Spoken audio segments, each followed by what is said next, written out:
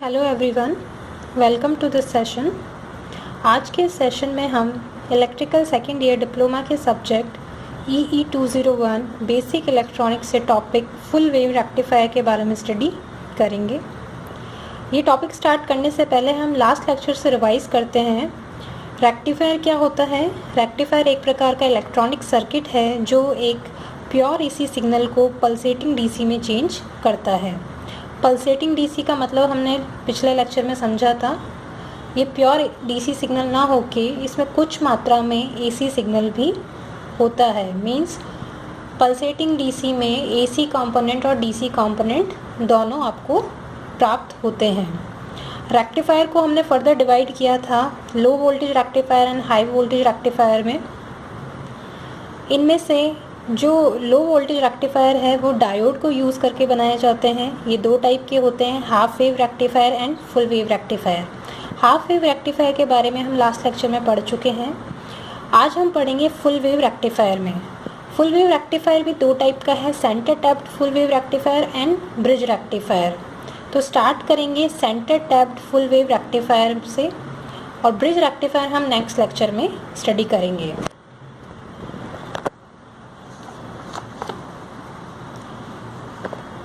Full wave rectifier का diagram आप यहाँ पे देख सकते हैं। लास्ट हाफ वेव रेक्टिफायर में आप याद कीजिए ऑलमोस्ट वैसी ही इसकी कंस्ट्रक्शन है।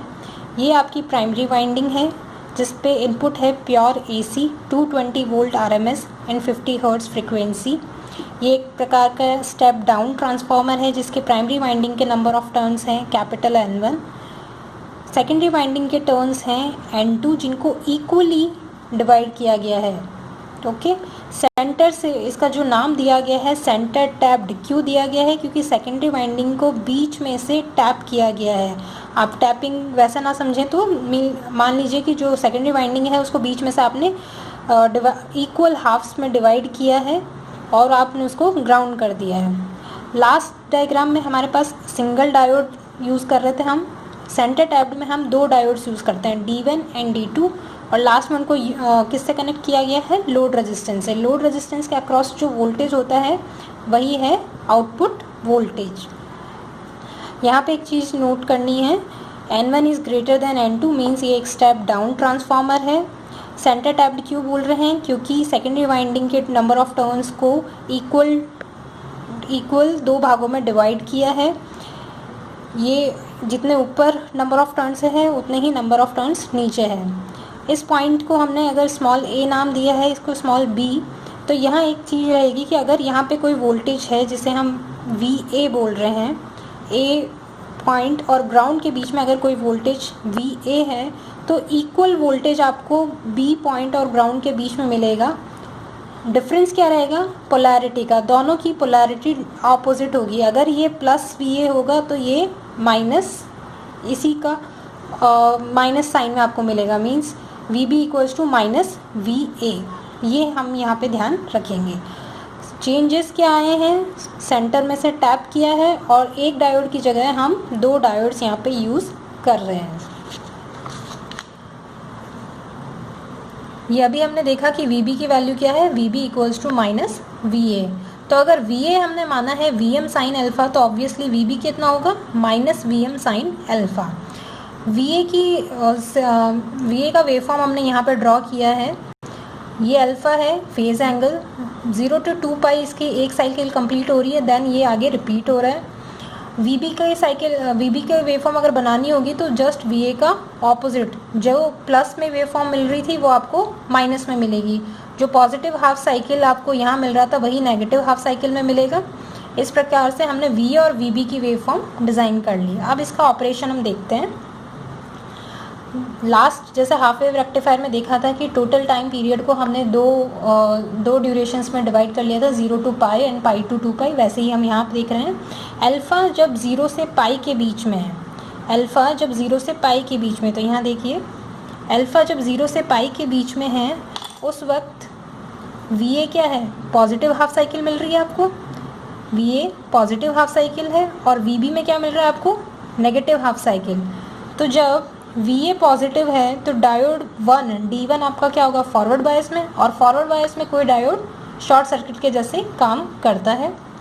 VB अगर नेगेटिव है तो D2 आपका रिवर्स बायस में होगा और वो ओपन सर्किट के जैसे बिहेव करेगा। तो ये हमने इसको डिनोट कर दिया। D1 को आपने शॉर्ट सर्किट से दिखाया है, D2 को आपने ओपन सर्किट से दिखाया है।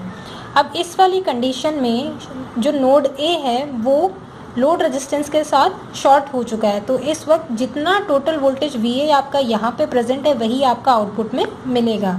तो आपको आउटपुट में क्या मिलेगा, V output equals to VA। अब सेकेंड हाफ साइकिल की हम बात करते हैं जब अल्फ़ा की वैल्यू पाई से 2 पाई के बीच में है। इस वक्त VA पाई से 2 पाई में VA है आपका नेगेटिव हाफ साइकिल, VB है पॉजिटिव।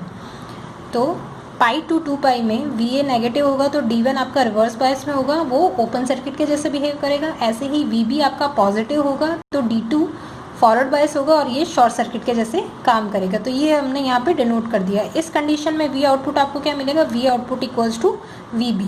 तो अब अपन V आउटपुट की वेवफॉर्म देखते हैं। 0 से पाई अल्फ़ा की वैल्यू जब 0 से पाई के बीच में है तो V आउटपुट आपको मिलता है VA। तो जैसा शेप यहाँ है वही सेम वेवफॉर्म आपको इस ड्यूरेशन में मिलेगी।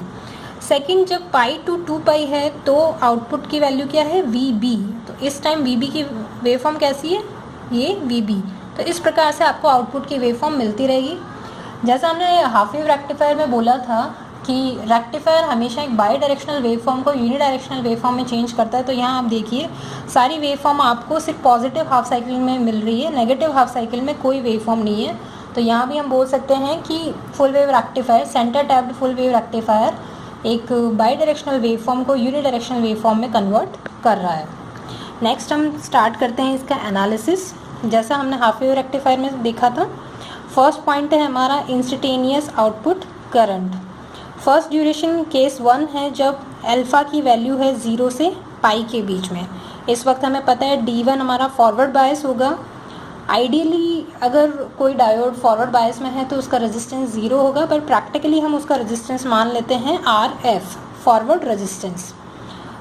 और D2 आपका इस वक्त क्या होगा, रिवर्स बायस में। तो हम फर्स्ट इस ऊपर वाले लूप की बात करते हैं। ये है आपका VA, देन डायोड D1 और रेजिस्टेंस RL, और करंट जो फ्लो हो रही है उसको आप स्मॉल i से डिनोट कर रहे हैं। तो इस फर्स्ट लूप में यहाँ से यहाँ ये जो लूप है इसमें हम KVL अप्लाई करते हैं। स्टार्ट कीजिए, -VA प्लस इसका रेजिस्टेंस कितना है RF और करंट कितनी फ्लो हो रही है I। तो -VA plus IRF plus IRL equals to 0। Circuit complete हो गया। यहाँ से I की वैल्यू हमें क्या प्राप्त हुई, VA upon RF plus RL। VA हमने कितना माना था अभी, VM साइन अल्फ़ा। तो यहाँ पुट करते हैं VM sign alpha upon RF plus RL। ये जो पूरी टर्म है VM upon RF plus RL, इसको मैं IM सपोज कर रही हूँ, ठीक है। तो ये वैल्यू क्या बन जाएगी, I equals to IM sign alpha. दूसरा केस क्या होगा, जब अल्फ़ा की वैल्यू है पाई से 2 पाई के बीच में। इस वक्त D2 आपका फॉरवर्ड बायस में होगा, इसलिए D2 का रेजिस्टेंस आपने मान लिया RF। D1 आपका रिवर्स बायस में होगा, ओपन सर्किट होगा। अब आपका सेकंड लूप कहाँ से होगा, ये -VB plus IRF plus IRL equals to 0। ये लूप है आपका सेकंड लूप, ठीक है। यहाँ हमने जब KVL अप्लाई किया तो हमें I की वैल्यू क्या मिलेगी, VB upon RF plus RL। और VB हमने कितना अज्यूम किया था, माइनस का VA, तो -VM साइन अल्फ़ा। वो वैल्यू हम यहाँ पे पुट करेंगे। तो I इक्वल्स टू आपको मिला -VM sign alpha upon RF plus RL। तो I की वैल्यू कितनी हो जाएगी, इस पूरे टर्म को जैसे हमने पहले अज्यूम किया था IM अज्यूम किया, तो ये क्या हो जाएगा, I equals to -IM sign alpha. तो इंस्टेंटेनियस करंट की वैल्यू जब अल्फ़ा की वैल्यू 0 से पाई के बीच में है तो होगी IM साइन अल्फ़ा। जब अल्फ़ा की वैल्यू पाई से 2 पाई के बीच में है तो यही वैल्यू आपकी हो जाएगी -IM sign alpha. Okay, next point है हमारा DC output current.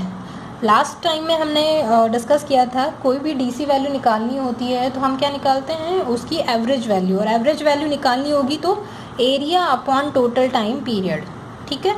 Last time भी यही किया था। टोटल टाइम पीरियड आपका 0 से 2 पाई है, तो 2 पाई आपका टाइम पीरियड हो गया। लिमिट आप 0 से 2 पाई रखेंगे और इंटीग्रेशन आप कर रहे हैं तो वो आपको एरिया प्रोवाइड करता है। जब आप इसको सॉल्व करेंगे तो IDC की वैल्यू आपको प्राप्त होगी 2IM/पाई। या लास्ट टाइम आप याद करो हाफ वेव रेक्टिफायर में एक डायोड यूज़ किया था तो आईडीसी की वैल्यू कितनी मिली थी, IM अपॉन पाई। यहाँ पे 2 डायोड है तो ये हो गया 2IM अपॉन पाई। तो ये आईडीसी हमें ध्यान रखना है। नेक्स्ट आपकी वैल्यू है RMS आउटपुट करंट। कैसे निकालते हैं, रूट मीन स्क्वायर। सबसे पहले आई का स्क्वायर करोगे, फिर उसका मीन, उसका एवरेज निकालोगे 1/2 पाई और उसका इंटीग्रेशन, लास्ट में रूट, स्क्वायर रूट। तो जैसे लास्ट लेक्चर में हमने सॉल्व किया था वैसे ही अगर जब हम इसको सॉल्व करेंगे तो एक centre tapped full wave rectifier के लिए IRMS आपको प्राप्त होगा IM अपॉन रूट 2। ठीक है, IDC है 2IM अपॉन पाई, IRMS है IM upon root 2। Half wave में कितना मिला था, ये IM अपॉन पाई और ये था IM अपॉन 2। नेक्स्ट पैरामीटर है आपका RMS AC आउटपुट करंट, जिसको डिनोट कैसे करते हो आप, I-RMS, जो कि क्या है, RMS value of AC output current I-। इसका फॉर्मूला हमने डिराइव किया था, क्या था, I-RMS equals to root of IRMS का स्क्वायर माइनस IDC का स्क्वायर, जहाँ पे IDC क्या है आपका reading of DC ammeter, I-RMS क्या है रीडिंग ऑफ AC एमीटर। अब ये हमें क्यों चाहिए, क्योंकि रिपल फैक्टर के फॉर्मूले में हमें इसकी ज़रूरत है। रिपल फैक्टर का फॉर्मूला होता है स्मॉल r से आपको इसको डिनोट करते हैं। रिपल फैक्टर होता है क्या है, unwanted AC component in the output. तो रिपल फैक्टर R इक्वल्स होता है I-RMS अपॉन IDC। इसको सॉल्व करके हमने फाइनली ये फॉर्मूला याद किया था, R equals to root of IRMS upon IDC का स्क्वायर माइनस 1। अब इसके लिए हमें IRMS और IDC हम निकाल चुके हैं। दोनों वैल्यूज़ जब आप यहाँ पुट करोगे, IRMS की जगह IM अपॉन रूट 2, IDC की जगह 2IM अपॉन पाई, और जब इसको सॉल्व करोगे तो फाइनली आपको रिपल फैक्टर की वैल्यू मिलती है 0.483। तो ये वैल्यू आपकी 1 से कम है। Last time half wave rectifier में कितना मिला था हमें, 1.21, जो कि 1 से ज़्यादा थी। तो यहाँ पे आप एक इसका एडवांटेज ये बोल सकते हो कि AC कंपोनेंट DC कंपोनेंट से वीकर है। फुल वेव रेक्टिफायर का एक एडवांटेज ये हो गया कि इसका ripple factor half wave rectifier की तुलना में कम होता है। नेक्स्ट पॉइंट है इनपुट पावर। पावर का फॉर्मूला क्या होता है, I² इंटू R या फिर V² अपॉन R। आप RMS के लिए निकालोगे तो इसको IRMS करंट ले लीजिए, IRMS स्क्वायर। टोटल रेजिस्टेंस आपका क्या होगा, डायोड का रेजिस्टेंस और लोड का रेजिस्टेंस। ये हो गया इनपुट पावर का फॉर्मूला। एफिशिएंसी हमने लास्ट टाइम देखी थी, आउटपुट अपॉन इनपुट का जो रेशियो होता है। आउटपुट में हमें रेक्टिफायर के आउटपुट में हमें क्या मिलना चाहिए, एक DC करंट या DC वैल्यू, और आउटपुट में आप क्या देते हो, एक AC वैल्यू। प्योर AC को प्योर DC में चेंज कर रहा है एक तरीके से, पल्सेटिंग DC में। तो आउटपुट में हो गया आपका DC पावर, इनपुट में है आपका इनपुट पावर को आप PI से डिनोट कर रहे हैं, इंटू 100 करोगे तो आपको नीटा एफिशिएंसी परसेंटेज में प्राप्त हो जाएगी। तो PDC का फॉर्मूला क्या हो जाएगा, जैसे ये PI का फॉर्मूला बनाया है, बस IRMS की जगह यहाँ यूज़ क्या करोगे, DC है तो IDC का स्क्वायर इंटू RL। PI की वैल्यू यहाँ से आपने पुट कर दी। अब इसमें और सब तो आपके कांस्टेंट ही, आप क्या वैल्यू पुट कर सकते हो, IDC और IRMS आपको पता है, वो वैल्यूज़ आप यहाँ रखोगे। IDC कितना था, 2IM बाई पाई, तो उसका स्क्वायर हो जाएगा 4IM square upon pi square. ऐसे ही IRMS आपको कितना मिला था, IM बाई रूट 2, तो वो कितना हो जाएगा, IM स्क्वायर अपॉन 2। जब इसको सॉल्व करोगे तो फाइनली आपको नीटा का फॉर्मूला मिलता है 81 into RL upon RL plus RF percentage. अब जैसे हाफ वेव रेक्टिफायर में हमने बात की थी, वैसे यहाँ पे देखिए कि ये जो RF है, ये RF हमें कब मिल रहा है, जब हम डायोड को आइडियल नहीं मान रहे हैं। अगर थ्योरेटिकली RF 0 है, मीन्स आपने आइडियल डायोड यूज़ किया है, तो RF की वैल्यू कितनी होगी, 0। ये RL से RL कैंसिल हो जाएगा। तो इस केस में मैक्सिमम एफिशिएंसी कितनी प्राप्त होगी, 81%। तो ये सारा था हमारा centre tapped full wave rectifier. Half wave rectifier से कंपेयर करें तो हमें यहाँ क्या क्या मिलेगा,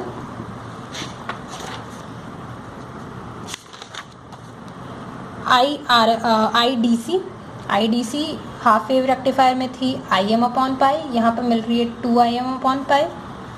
IRMS वहाँ पे था IM बाई 2, यहाँ पे है IM by root 2। Ripple factor की वैल्यू वहाँ पे थी 1.21, जो कि एक डिसएडवांटेज है। यहाँ एक एडवांटेज हमें क्या प्राप्त हो रहा है, ये रिपल फैक्टर हमें 1 से कम मिल रहा है, मीन्स इसमें वीक AC कंपोनेंट है। ठीक है, और एफिशिएंसी भी यहाँ पे आप बोल सकते हो कि ये भी एक एडवांटेज है। वहाँ पे आपकी मैक्सिमम एफिशिएंसी लगभग थी 40 या 41% आप बोल सकते हो राउंड ऑफ करके। यहाँ हमें कितनी मिल रही है 81%। तो एडवांटेजेस में आप ये बोल सकते हो कि रिपल फैक्टर इसका बहुत कम है और इसकी एफिशिएंसी बहुत ज़्यादा है। Thank you.